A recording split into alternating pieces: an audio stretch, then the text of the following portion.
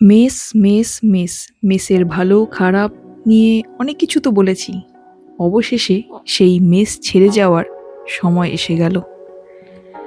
শেষ দিকটা যতই খারাপ কাটুক, শেষ ৯টা বছর তো এই ঘরে কাটিয়েছি, তাই ছেড়ে যেতে খুব কষ্ট হচ্ছে। আফটার অল এটা ছিল আমার সেকেন্ড বাড়ি। জিনিসপত্র এখনও গোছানো সবটা হয়নি, আস্তে আস্তে করছি, শেষ করে ফেলতে হবে। কারণ শেষ দিন আমার ২০ সেপ্টেম্বর।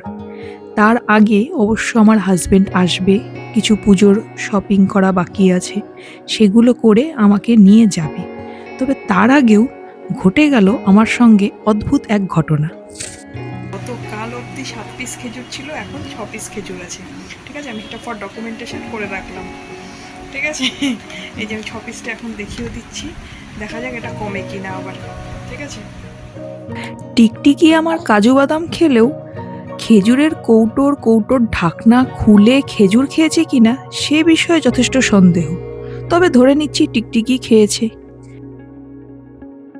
মেস ছেড়ে যাওয়ার আগে সকলের জন্য নিয়ে নিয়েছিলাম কিছু গিফট।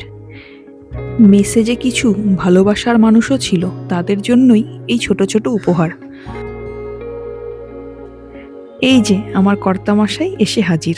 আমরা প্রথমে গেলাম ডাক্তার দেখাতে, তারপর পুজোর শপিং করতে।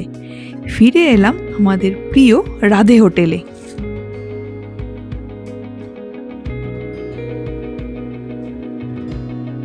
ডিনারে সেদিন বিরিয়ানি থাকলেও পরের দিন সকালে ব্রেকফাস্টে ছিল রাধে স্পেশাল এলাহি আয়োজন।